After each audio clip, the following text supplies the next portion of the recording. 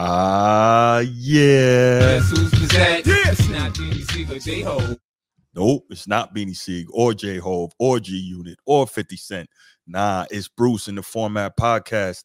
And you know who I got with me? I got my main man, Big Red. What's good, Big Red? What's going on, y'all? Chilling. And I got my main man, the Transformer. Transformer was popping, bro. Transformer is here, man. Going good. How about y'all? Chilling. So, are you an Autobot or a Decepticon? I never asked you that before. Man, I'm my own thing, bro. I'm my own thing. Your own thing. What? Dinobot, Constructicon? What? I got my own planet, bro. My own planet off over yonder. You know what I mean? Does that mean you just trans instead? Chill. Hey, mute Big Red Mic, bro. Go ahead. You can be anything you want. Okay, I ain't gonna get you canceled, man. Let me quit. Maybe Unicron just going around eating up planets. Eating up planets.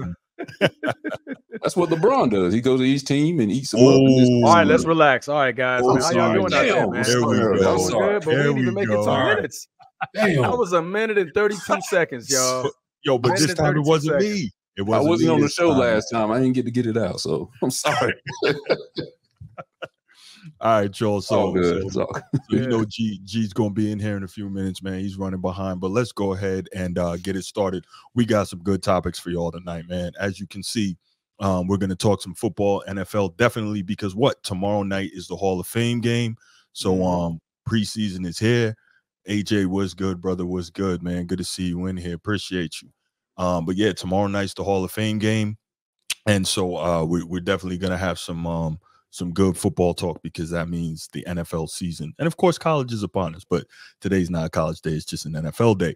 We're gonna talk, of course, since we're in the Olympics, we're gonna talk about some Team USA men's basketball doing their thing, and we're gonna have some very interesting commentary from Carmelo Anthony from his recent appearance on the podcast, where he had some real interesting thoughts that I definitely had some things I wanted to talk about. All right. But before we get to all that, you know what time it is. If you're here on YouTube and you haven't already, please make sure you go ahead, click that like, that subscribe, that notification bell. Make sure you're kept up to date whenever we drop new content on the channel. If you want the audio only version of the podcast, open up your audio podcast platform, hit the search bar, type in The Format Podcast, and we should come right up. If you're enjoying the content, make sure you give us that like, that 5-star review, and drop a comment. All that stuff helps us rise in the algorithm, helps us find more sports fans, helps more sports fans find us. And finally, make sure you write it down, put it in your phone, set an alarm, do whatever you got to do to remember. Saturday nights at 7 p.m. we are live here on the Format Podcast, and we'll give you the opportunity to call in, talk to us, get at me. I love it. I can't wait. All right. So like we said, we're gonna start off with some good football talk here, and so I'm going to go a little bit out of order. We were going to start off with the AFC North preview, but since our resident Baltimorean is not here, my main man G, he's not with us yet, we're going to go ahead and we're going to skip to the NFC North. Then we'll come back around to the AFC North, because definitely don't want to discuss those Ravens without him. All right. So, we did you a big one, G. So let's go ahead and we'll take it to the NFC North. Nino, what's good, my brother, man? Thank you so much for the super chat. Appreciate you. Thanks for always showing love and being here with us, man.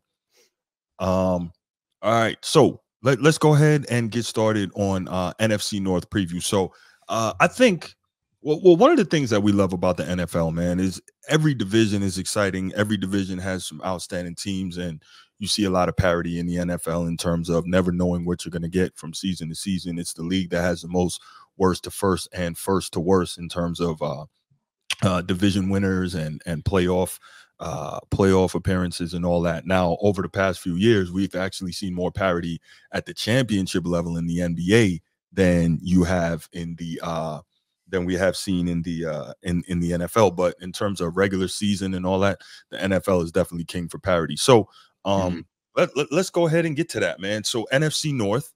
Obviously we got some exciting teams there. We got the Packers, Lions, Bears, and Vikings. And what was that first team again? We got the Green Bay Packers, who reside in Titletown, right? Gotcha. They call it that, right? Titletown, Tinseltown, however you want to call it. Yep. So So yeah, definitely. I'm actually for one kind of excited about the NFC North, man, because we saw the Lions have a resurgence last season that we haven't seen in a very long time. They made the championship game where they fell to the San Francisco 49ers. We got the Bears, who did a whole lot in terms of shoring up their roster and making that much more much better around their number one overall pick, Caleb Williams. You got the Vikings. They got a quarterback that they drafted in JJ McCarthy from National Championship Michigan Wolverines. And of course, you got the Packers fresh off of inking what's my man's name? Jordan Love, man. Come on, get it Jordan right Love. now. Get it. I'm right here. I'm right here. Thank you. Jordan Love, the young stud. So we got him, and he's gonna be doing his thing. He just got one of the biggest deals in history. So I'm real excited to see what the NFC North has to offer this year. So I'm gonna start with you, Transformer, my resident Packer guy. Talk to me, man.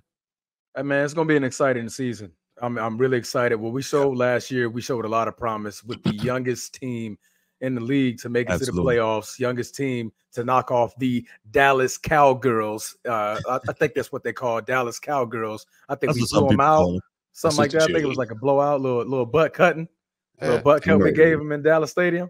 Yeah, they try to make it look, they try to make it look respectable with a little, comeback. That pattern.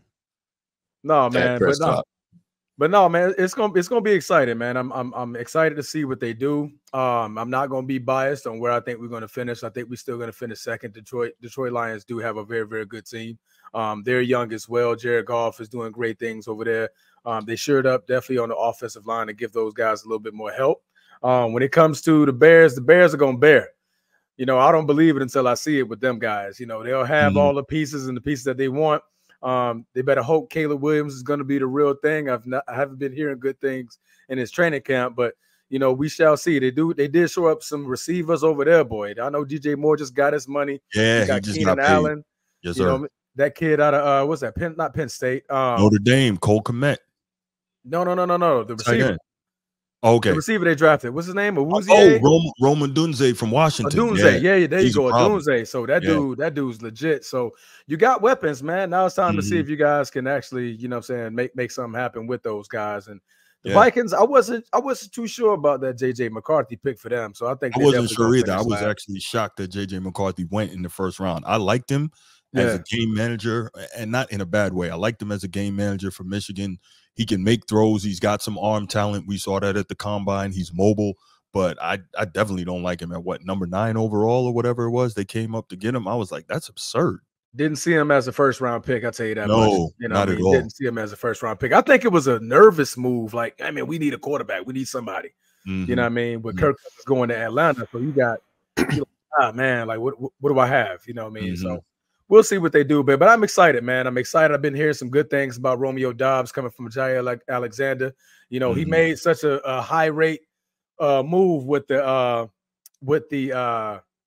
statement that Romeo Doubs is top 2 receiver in the league. That's a bit much, but he's a problem. Like, that's a bit much, but you know what I'm saying. But it's up to Romeo Doubs to prove it to the world that he's legit like that. So I do like what we got at receiver. Like I said, we just had that signing with Jacobs. I do like that younger running back. You know what I mean? Every single season he has over 1,000 scrimmage yards. To me, that's the big move right there. Was Josh Jacobs. I think that's huge. He didn't have a huge year last year, but now getting to play with him and being in the play action game and also being able to run it consistently, that's just going to unlock Jordan Love even more, and I think that's gonna be crazy. But let's give Big Red a chance to chime in here, man. What are you seeing from the NFC North?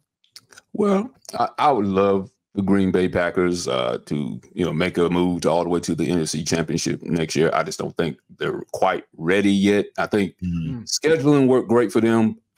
Jordan Love, he is the future. I do see him winning a Super Bowl at some point in his career. Maybe 2 to 3 years out, I think he'll be on the course to being a championship contender with his team. He's a great quarterback. I say he learned under the tutelage. I guess Aaron Rodgers might have showed him something, but all those years on the sideline, he learned something, and he showed improved last year.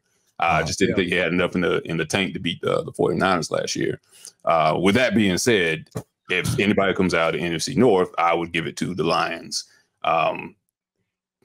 They are definitely not Title Town. They're the very opposite of Title Town. They got a lot of backing for them last year. They could be Title Town if you talk about hockey.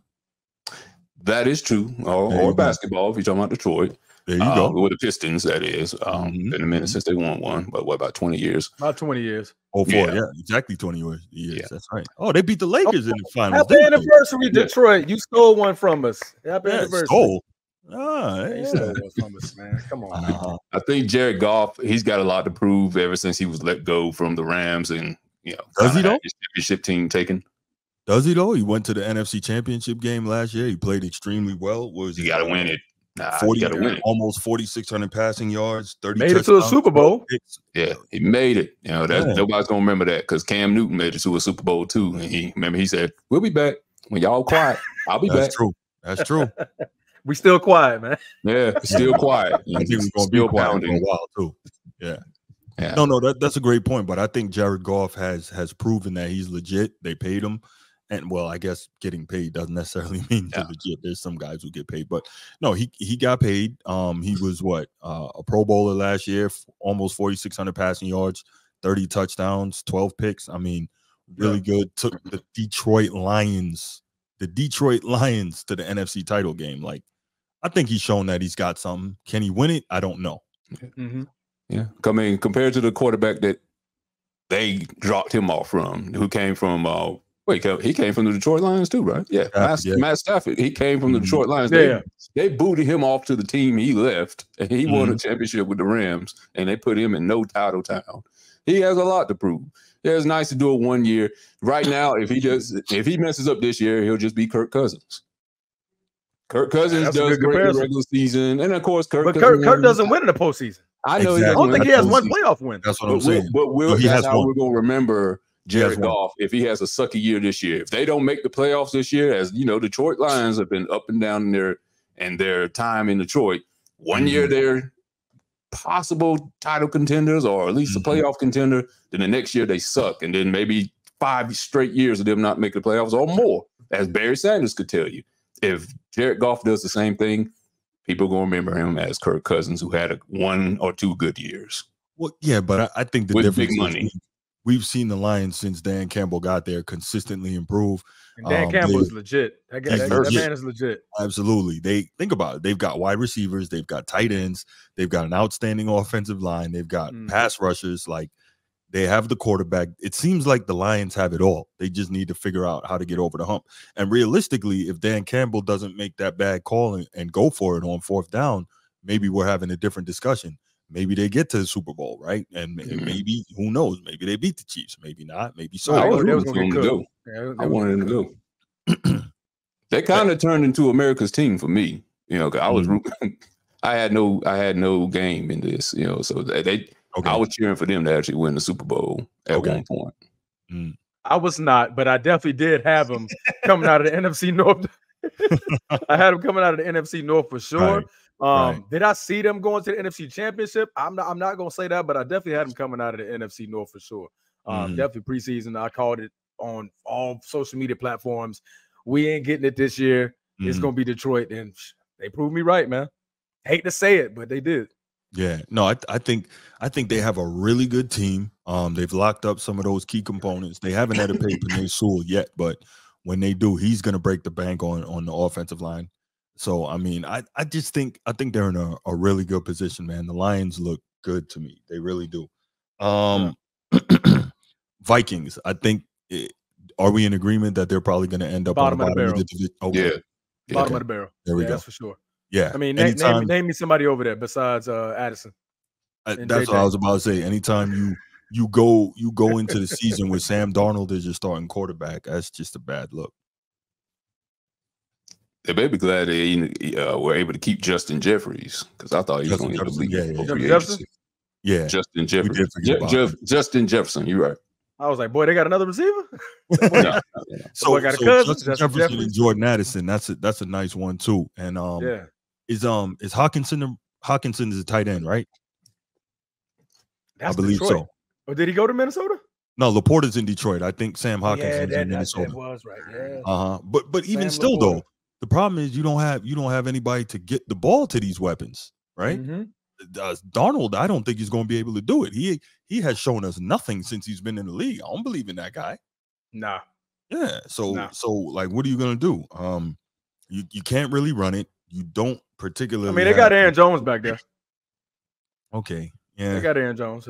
I mean, he played for us. You know, we did our thing. But the thing is, they're gonna lock in on him. You couldn't lock in on him.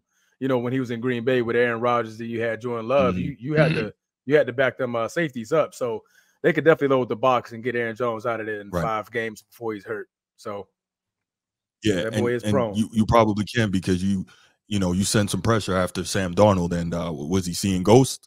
You know what I'm saying? Yeah, definitely. Yeah, he doesn't. He's not going to be able to deal with that. I would be shocked if he gives you any real production. And JJ McCarthy clearly isn't ready yet. I think last I saw, like he was fighting for the 3rd string quarterback spot. Now you drafted him that high, he's going to be the backup for right now. But I mean, 3rd string is crazy for a 1st round pick. I don't care where you at. That's crazy. Yeah, absolutely. That's crazy. I don't know what they were thinking. All right, let's go over to Chicago. Let's go to your main rival transformer. You know what? Let's start with Big Red. Big Red, go ahead, man. Where are you on the Bears? They're going to be 3rd in that division, but simply because of what they did. They're going to build up what they did last year. Did they get double-digit wins? No, they didn't get double-digit. They came close. Last year, I think they're going to get double-digit wins this year based on how they built themselves up from last year. Caleb Williams, of course, the Heisman Trophy winner. He's going to get a chance to show improve. Okay. He's going to be a better upgrade than what Justin Fields was. We gotta stop this because let me back you up. I know it's fair to say that Justin Fields been in the league. What is he going into his 4th season now? He hasn't shown a lot, right? But he hasn't had any real competent coaching. He didn't have competent coaching on the offensive side of the ball. Eberflus has been bad. I can't remember who was the coach. Matt Nagy before that. Like, he hasn't been coached properly for his first 2 years.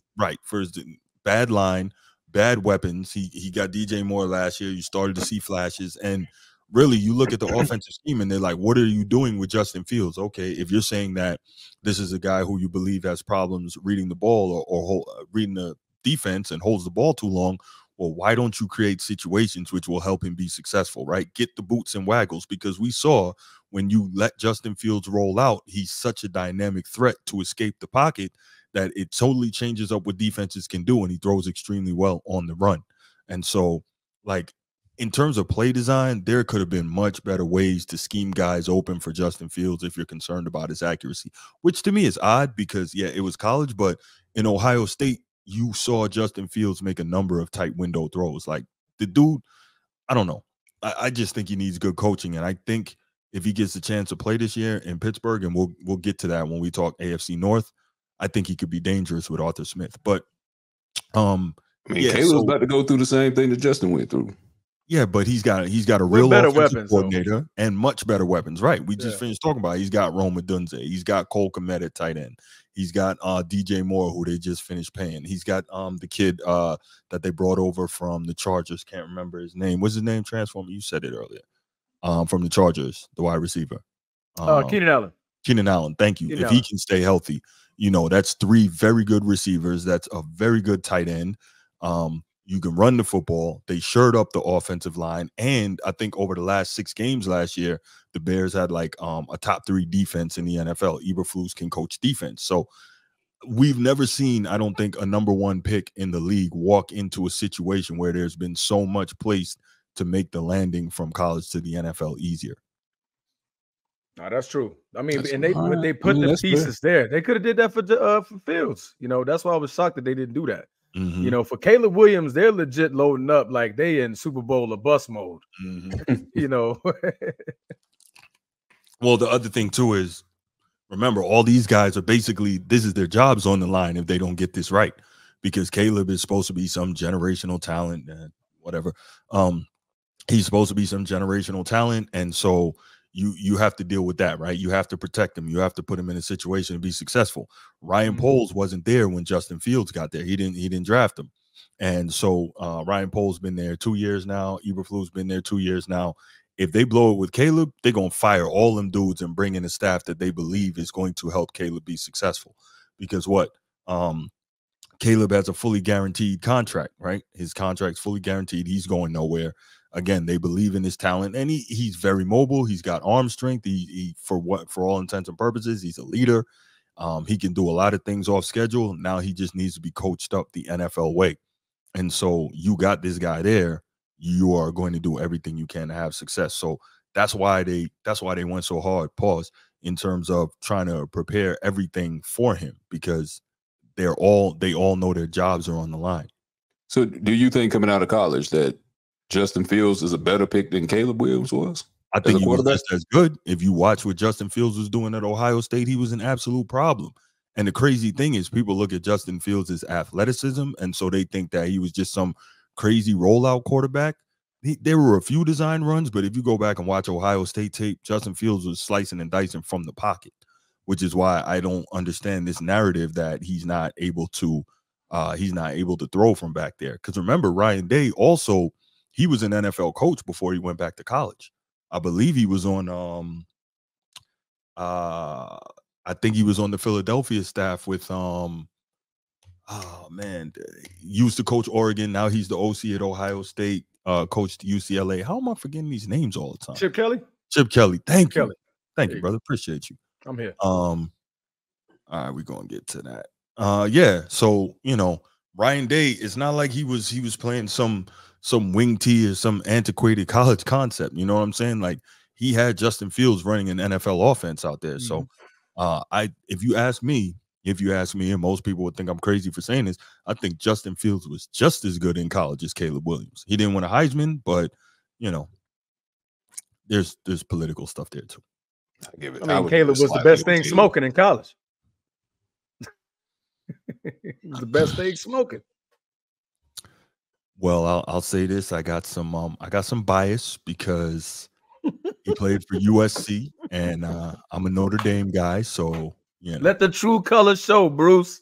Absolutely. Let the true colors show, man. That's why. Nah, Caleb's what it is. I knew. Well, I'll tell you, because 2 years ago, Caleb Williams made Notre Dame's defense look like absolute fools en route to the Heisman Trophy.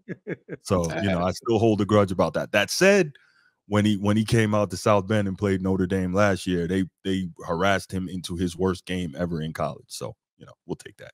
Ruined his chance at back-to-back Heismans and made USC's season go down the tubes from there. So, So you got your payback, man. So give him a little something. That back. No. In all seriousness, no. Caleb's talent is legitimate. I'm not at all trying to crap on the man's talent, because he has tremendous arm talent. He's got mobility, but we're gonna see what he can do in the league, because it's always funny, like guys that were like lightning fast in college, unless you're like a Michael Vick or a Lamar Jackson, all of a sudden you look a lot slower in the league when those defenders get a lot faster, So he's going to have to learn to make more plays in structure, I believe, instead of trying to extend everything. Mm-hmm. I do agree. Yeah. But they got, like you said, man, they got plenty of weapons over there. Like, you got a running back. You got three legit receivers. Three. Not one, not two. You have three legit receivers, and Swift can catch passes out of the backfield. So, I mean, you got 3.5, 4, if you want to call it. You know what I'm saying? You got Cole Kmet. He's not too bad as a tight end. He's actually pretty good. I think he finished top 10 last year, I want to say, in tight end. I believe so. Yeah. So, the weapons are there. Now it's time for y'all to put it together. Like you said, if they don't get it, if they look bad this year, somebody upstairs is getting fired. Oh, yeah. Somebody on that sideline has got to go. Yeah. Because if you can't put that together, then what do I have you here for? Right. What would you say is put it together? Is that a playoff run? Is that a not a run? You got 9 wins. If you can improve on what y'all did last year, 9 wins. If you can get the double digits, I would say that's a successful year. But the thing is, you got to go against Detroit. You got to go against Detroit. You got to play us. Y'all got one heck of a schedule. Let me see. Y'all got the 49ers. You got Indianapolis. You got Houston. You got Los Angeles. You got Arizona. Okay, so you got. I mean, AFC so South. Okay. so you got a tight schedule to play. So AFC it's gonna be South, tricky. But NFC if y'all West. can look good in a loss and just not look bad the entire game, then Right. And the key is keep Caleb Williams upright and healthy, exactly. and help him to continue to develop throughout his rookie year. I think that's the key. So if you can get to 500 or maybe even 10 wins, because you had 7 wins last year. Yeah. So you have a considerably better roster this year, and you should have better coaching. Shane Waldron, I think he came out from either Seattle or the Rams. He's the new OC. It's one of the two, Seattle or the Rams. But he's the new OC in Chicago. So I mean, everything looks good. It's just a matter of, is Eberflus going to mess it up? Well, that's true. Yeah. But it's still the Bears, though, man. We'll see. Bears always do something that the Bears always do. F it up. That's funny. All right, so let's do this. What order do you have? I'm gonna give Big Red. I think what we're all order do you have the thing. NFC North going this year? Detroit, Packers, Bears, and okay, I had to look up there was the other. Minnesota last. Okay. And Transformer? Ditto. Okay. Same thing. And I think we're all in agreement because I got the same thing as well. That said, it wouldn't surprise me the way Jordan Love ended the year last year if Green Bay could find a way to pull it out in Green Bay and win the division, and Detroit step back a little bit, but then you still have those two teams in the playoffs. Because what was it, over the last 8 games last year, Jordan Love was 18 touchdowns and 1 interception, like on fire, just looking beautiful. Just on fire. Looking beautiful. Yeah, absolutely. You could tell like it finally started to click. Yeah. You know what I'm saying? Like we went 3-5 before that stretch. That stretch, and I was just like, you just saw a different Jordan Love. You saw him just being poised in the pocket, knowing to scramble out, dime throws off the back foot. You know what I mean? It was comparing his legs to what Aaron Rodgers was doing. It was like, man, we've seen this before.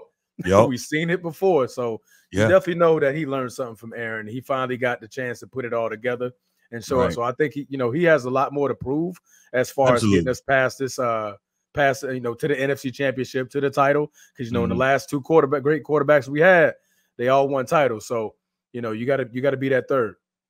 Absolutely. And speaking of beautiful, I'm not a Packers fan per se, but speaking of beautiful, here you go. They just showed their new white alternate uniform today. Jersey. That's pretty, right? The helmets. Oh boy, I'm gonna have to call my boy Demetrius, man. Demetrius, give me that jersey and helmet, G. That's tough right there. I cannot front. That's real nice. Yeah. But yeah, so I definitely agree, man. The way Jordan Love is playing, and like you said, you got a young receiving core. You got Josh Jacobs, big difference maker. The defense looks good. And I think a big part of why we saw Jordan Love take that leap is because the coaching staff saw what he was doing. They saw where he was in terms of his development, and they basically opened up the playbook to him. They stopped holding him back and just let him go. And it's so funny. So this is something I want to bring up with you, Transformer. We always hear this whole business of Aaron Rodgers is the greatest thrower of the football we've ever seen. And way back on earlier podcast episodes I did long before y'all got on, I always pushed back on that. I'm like, I don't understand that, because I'm like, does he make any throw that Dan Marino couldn't make? No. Does he make any throw that John Elway in his prime couldn't make? No. Does he make any throw that Josh Allen can't make? Like, I don't understand this greatest thrower of the football ever. Like, yes, he can absolutely throw it, but what is leading to that hyperbole? I really didn't get it. But the reason I bring that up is you mentioned earlier, Transformer, that when we saw some of the throws that Jordan Love was making last year, it reminded us of Aaron Rodgers. And it's funny because if you go back and watch the highlights, and I didn't put any here because, monetization issues with the NFL, they're really stingy about their content. But if you watch some of these throws Jordan Love was making, like the body, the arm movement, everything really resembled Aaron Rodgers. And I'm like, I wonder if he deliberately tried to, mimic the mechanics. I mean, it's pretty good mechanics to mimic, right? I mean, you've seen it work. Like I said, you sat behind him for 3 long seasons, and you literally seen these methods of how he throws the football, how he picks his knees up when he's running out of the pocket, how he's turning at the hip, when he's launching, what peak is he launching the ball at? So you literally get to watch that for 3 consecutive years. You know what I mean? Like I said, he finally got that chance to put it together after that 8 weeks. He was like, okay, I see what Aaron was looking at. The game is slowing down for him now. It's slowed down for him enough to make those type of throws. So that's the benefit of sitting you behind down for getting drafted, Right. So yeah.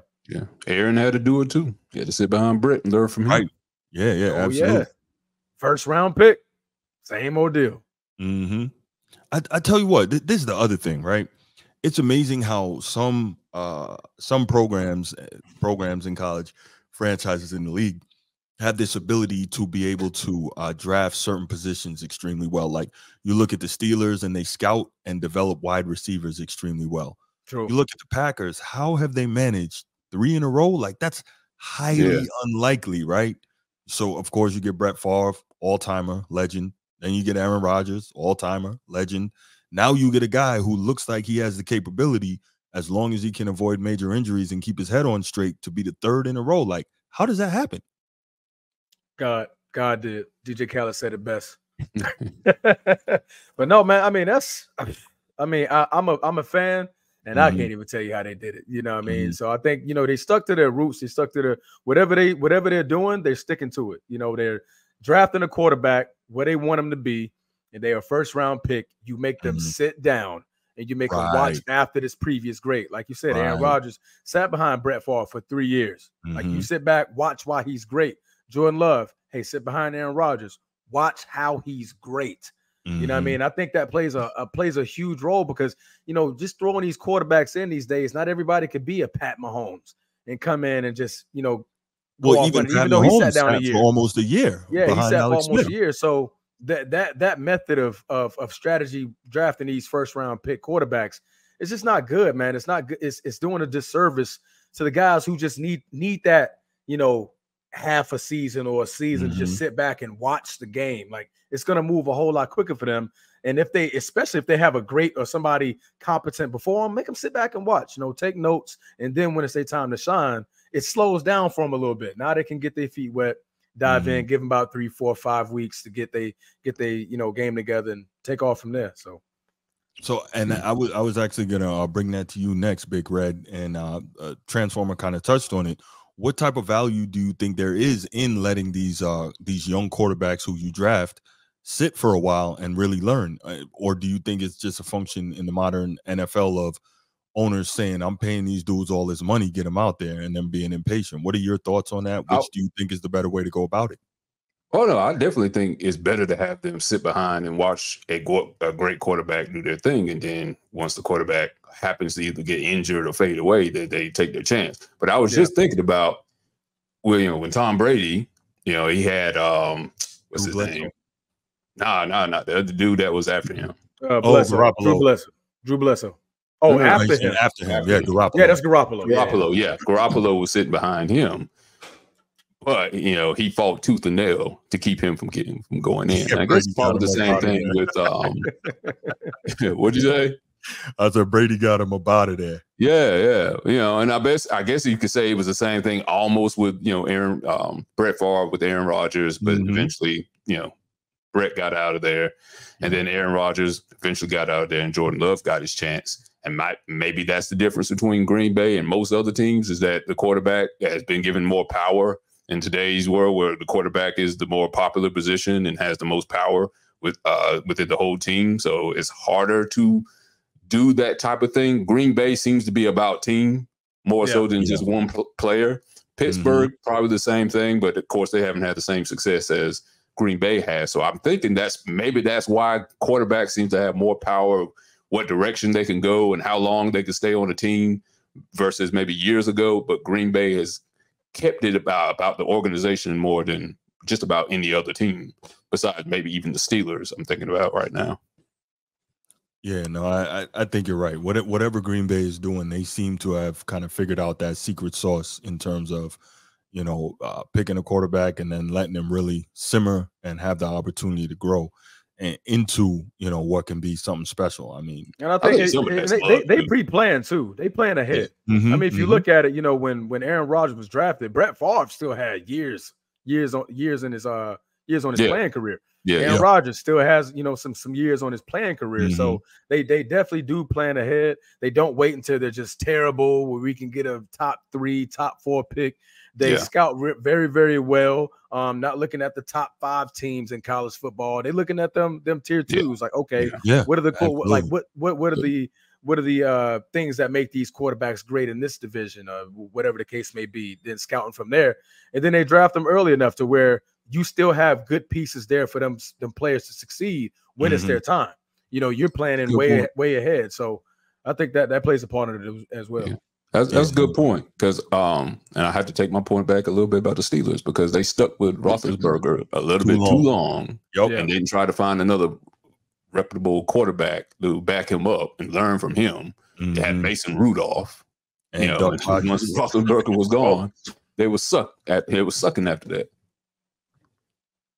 Yeah. Now they do still make it about team. I'll give them that, because of their coach, I think, and the general manager and the owner, whatever. But at that point, they were too loyal to the team, too loyal to one particular player, Big Ben, and they suffer for that, and they're still suffering now. But we're going to talk about what's going to happen, next in the AFC North AFC North. Yeah, talking about Sierra Man. Yeah, that's Sierra Man. Yeah, we'll get that. He's not Russell. He's Sierra, man. Oh my God, Sierra's quarterback. Yo, y'all terrible, man. Disrespect. Futures left behinds. Wow. His doggy bag. Let me stop, bro. Let me stop. That's cold, man. You don't got to do all that. Hey, man, don't post that. Go ahead and edit that one out real quick. That's terrible. All right. We love you, anybody else have anything that they want to add regarding the NFC North before we go ahead and open these phone lines up? 3 simple syllables. Go, Pack, go. Go, Pack, go. He said. I was going to say, I think Jordan Love, if it doesn't happen next year or so, he's going to be in the MVP conversation very soon. Oh, yeah. I can see that. Okay. So let's. He just threw it back right there. So let me take a second, right, before we even. Yeah. So okay, here's the question now. All right, I got y'all. This is a good one. You have the opportunity to redraft. Well, it's not the same draft, but you have the opportunity. CJ Stroud or Jordan Love? Who are you taking? Yeah. Oh man, come on, man. Come on, man. They both had one season, bro. Like, come on. Well, we can only base it off what we've seen, right? Man, I'm gonna stay home, bro. Jordan Love, man. Jordan Love, because that's tough. I mean, you talking as a fan, or you saying that you think that I like them both. Upside, I like them both, man. I like them both. I'm hoping that CJ Stroud doesn't have a sophomore slump. That's what I'm thinking. You know what I mean? So he was a rookie last year. You don't have tape. There's nothing to really see. I'm gonna go with Love, man. I'm gonna go with Love. I'm gonna slightly go with Jordan Love. Wow. Okay. It's slight. I would agree with Red. Yeah. It's slight. I'm gonna slightly go with Stroud. Yeah. And there's no slight on Jordan Love at all. Stroud doesn't turn the ball over. I think he had 5 interceptions last year. He doesn't turn the ball over. I think Love didn't really turn the ball over. No, but he turned it over a little more than Stroud. I'm not saying he's Brett Favre. He's not a turnover machine, but also had way more touchdowns. Say again. Yes, he had more touchdowns. Yes. What are we looking at though? So I'm listen. I'm not trying to take no shots at Jordan Love. No. I mean, you can't go wrong. I like your pick. I mean, you can't go wrong. You pick CJ Stroud. I'm not gonna be mad at it. I like CJ Stroud because the way that dude slice and dice from the pocket, and y'all know when it comes to my sports, I'm kind of old school with certain things. Now, don't get me wrong. I'm not mad at a quarterback who can get out and be mobile and do all that stuff. And CJ Stroud is, he's sneaky athletic, but the way he manipulates the pocket and he can slice and dice you in there with all type of turmoil around his feet and all that, I think he is so good and he's so legit. And they got him a true number 1 receiver. But the only thing I'm kind of concerned about is now that he's got a true number 1 receiver, is he going to be too worried about making sure that Stephon Diggs gets his touches and his catches. You know what I'm saying? Well, is that going to mess up the continuity of the offense? Say again? Diggs going to say something. Oh, yeah. You know he's going to want the ball. Right, yeah. Because he's trying to get a new deal, whether it's in Houston or somewhere else. You know, he's a number 1 wide receiver. You can't get a new deal without the catches, right? Mm-hmm. So, yeah. But I think Stroud is just so good, man. Coming out, I said he should have been the number 1 overall pick. I don't know what was the Bryce Young thing, whatever. Well, I know exactly what the Alabama Bryce Young thing was. Yeah, when in doubt, go with the SEC, lazy scouting. But no, I think Stroud is just and again, Jordan Love is awesome. I think Stroud he's special, man. He is special. I think he's. But what have you seen CJ Stroud do that you haven't seen Jordan Love do? Is my question. Nothing. Like I said, I think it's just my slight preference of the way he plays the position in terms of being just slicing and dicing from the pocket more. And you know, give me another year to answer this question. It's tough, man. I hate getting quarterbacks reviews after just 1 year, because once you get that tape on the person and see what their weaknesses and strengths are, sometimes it changes by the second year. Because Dak Prescott didn't have no turnovers either, and then he had a great team run in the playoffs. Well, not in the playoffs, in the regular season when he was a rookie, and now we see what he's become now. Yeah, we saw what not having a run game would do to him too. Exactly. Yeah. He has to have a perfect team around. Yeah, he's got to have a lot around him, and I don't think you can say the same about Jordan Love or CJ Stroud. Oh, I agree. We've seen that in the same level. Right. No, right. If CJ Stroud had Dallas team or Jordan Love had Dallas team, championship with a good coach, different general manager. Let's put that out there. Then right, I'll be Super Bowl ready already. Oh yeah, right, without a doubt. Most, I think that would be crazy. But yeah, I just thought that I would throw that out there because I thought it was a very interesting comparison and definitely something to think about. Yeah, like Big Red said, give us another season, man. You threw that. You threw that one at us right there. You threw that one at us. It just came to me. I was like, let me go ahead and throw a monkey wrench in here. Yeah. No, I definitely thought that that was worth bringing up. All right, let's do this. Let's go ahead and let's open up the phone lines. All right, for my football fans. Anybody wants to call in with some thoughts on the NFC North and kind of what we talked about.